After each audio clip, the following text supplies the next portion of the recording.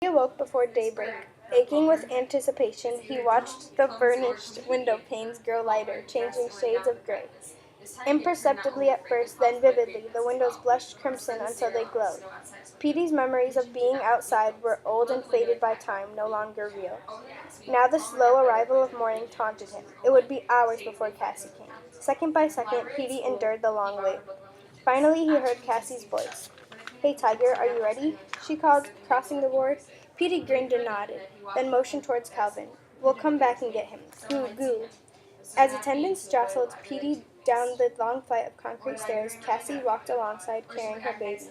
She wore a colorful blue-flowered dress with frilly short sleeves that made her appear to float as she walked. Her hair hung loose, cascading over her shoulders. Petey forgot to breathe. Outside, a blinding sun greeted them. Eager patients herded past on either side. Squinting, Petey's eyes darted back and forth. Automobiles honked, racing past on a smooth black surface that hid the dirt.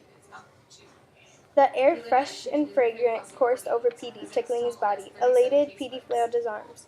Cassie found a shade tree near the pond. While aides returned to the ward for Calvin, she placed sunglasses on Petey, then sat back, quietly watching him.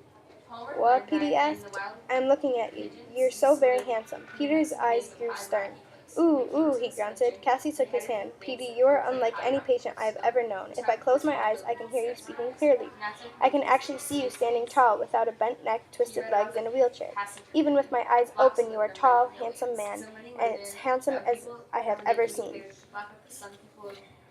Petey searched Cassie's eyes for sarcasm, but found none. As they waited, Cassie set little Lisa on Petey's chest. Cooing and gurgling, the baby ran her pudgy fingers across Petey's bent face.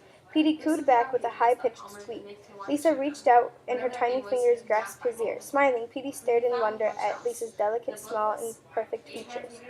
As the attendants wheeled Calvin next to Petey, the band struck up a lively march. The drums and horns echoed brilliantly like laughter in the air. "Prefer goo, prefer goo,"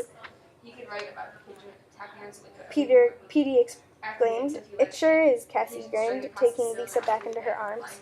Petey and Calvin listened to the happy music made by young men and women in their colorful uniforms. Petey scanned the grounds, absorbing every detail. Ducks floated on the pond, propelled magically about. Squirrels chased each other through the trees, chattering over the strains of music.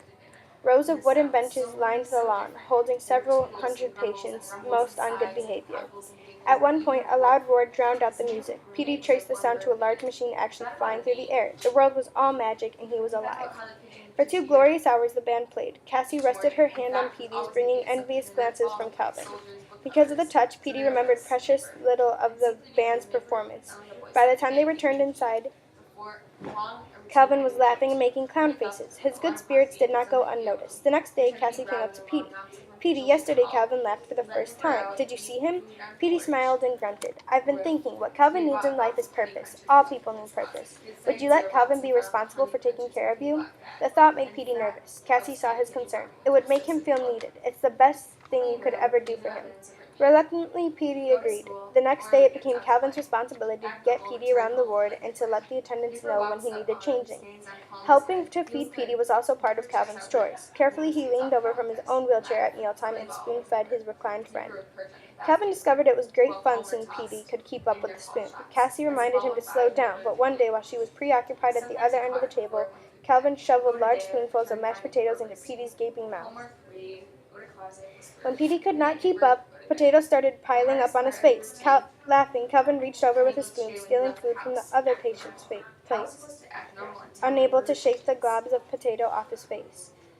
Peter sputtered with dismay, but by the time Cassie heard the laughing and choking, Calvin had nearly covered Petey's face. Other patients howled with laughter. Cassie ran over and scooped the potatoes off Petey's consternated face. Oh. Stifling laughter, she scolded Calvin. Petey knew all that he endured helped to give Calvin purpose. But Cassie had said that all people needed purposes. If so, what was his purpose? What was Petey Corbin's reason for living? Was it to eat ground food every day and mess his pads? That wasn't purposeful. The thought haunted Petey. Fresh memories of the world that existed beyond the ward made it fun to dream again. And there was Cassie, beautiful, enchanting Cassie. 2 more times before summer ended, Cassie took Petey and Calvin outside. The last time they stayed out for so long that their skin turned bright red for almost a week, and it burned as if on fire.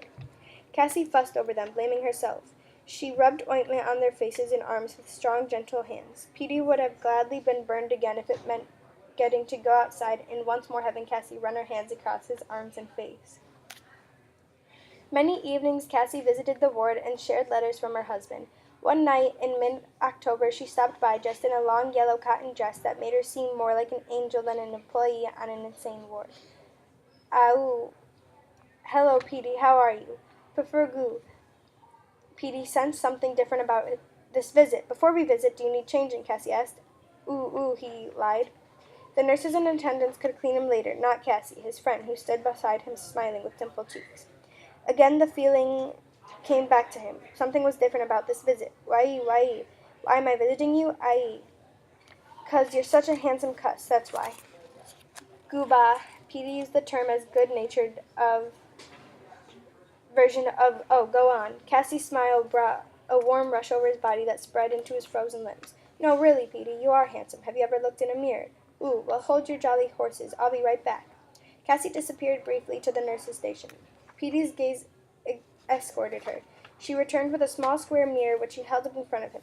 Look, Petey, now tell me you're not a handsome man. Petey gazed in the mirror, his eyes moving back and forth across the image. He saw someone with short dark hair, a large nose, square jawbones, and a lean, angular face. He puckered his cheeks and watched the image do likewise. Next he rolled his swollen tongue around his mouth, eyes intent on the mirror. Twisting his head about, Petey stared in utter fascination at his reflection.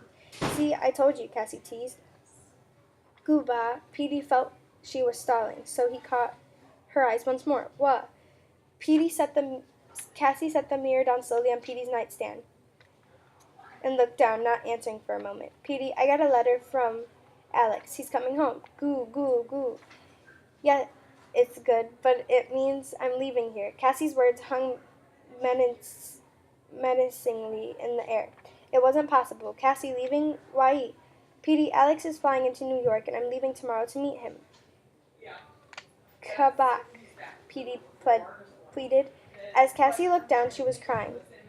The gentle curve of her cheek trembled, and the little dimples had vanished. No, Petey, I can't come back. New York is a long, long way from here, and Alex will be stationed there. I won't lie to you, Petey, and say something that's not true. You're too good a friend. Petey saw tears flowing from Cassie's eyes. He was scared she was leaving, scared he had done something terrible to make her cry. He was just a hideous and gross patient in an insane ward. He was someone without purpose and without a family. This he knew. She shouldn't miss him. She shouldn't cry. Ooh, goo. Petey wailed. No, you are good. Ooh. Petey, Cassie reached down and lifted his hand, her big, almond-colored eyes glistening with tears. Don't ever think you're no good. You're a wonderful person. Ooh. Petey forced his words out, irritation in his voice over such a preposterous statement. I mean it with all my heart. Cassie lifted his arm and held it tightly against her breasts. Ooh. Petey tried to pull his arm down, but she pressed her cheek against his crooked arms. Petey could feel her warm tears wet his fingers. His jaw quivered. He had caused Cassie to cry. Now his heart beat so hard he was sure she could hear it. Petey, listen to me. You're the most remarkable person I've ever met. You've never been selfish or mean, not once. You're always concerned about my problems or wanting to know how Calvin or Lisa is doing. Goo. She squeezed his limp, motionless hand tightly. Damn it, yes you are. This body and this wheelchair isn't you. You're a knight in shining armor. You're brave and wonderful, and I love you. Her voice trembled. Petey had lost his will to struggle against this woman he adored. Tears swelled in his eyes. As Cassie cried above him, Petey sensed the softness and vulnerability in her. He wanted to hold her,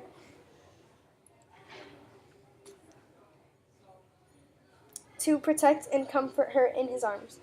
He damned the forces that froze his body and kept him from reaching out to this woman who at this moment needed his touch, his embrace. Awufu.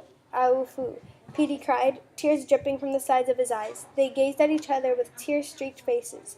Cassie lowered his arm to her waist. I love you too, Petey, very, very much, she whispered. Bending over, she brought her face close to his. Raw fear struck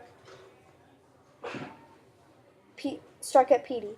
Something was happening that he didn't understand, that he couldn't control. Gently ignoring his fears, Cassie pressed her lips against his cheek. For the first time, Petey truly believed how sincerely she felt.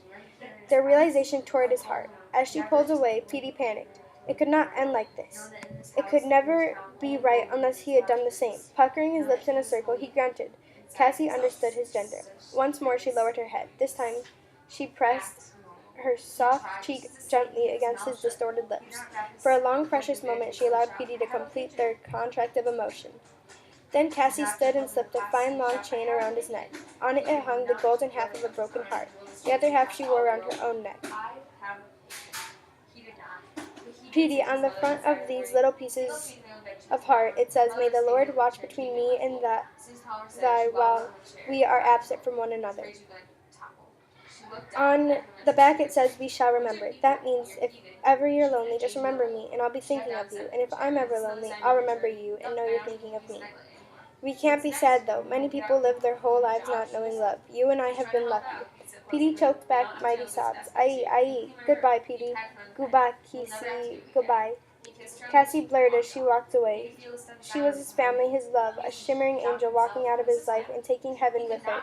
For almost an hour he mouthed the words, Aufu, Aufu. Tears flowed from some endless reservoir.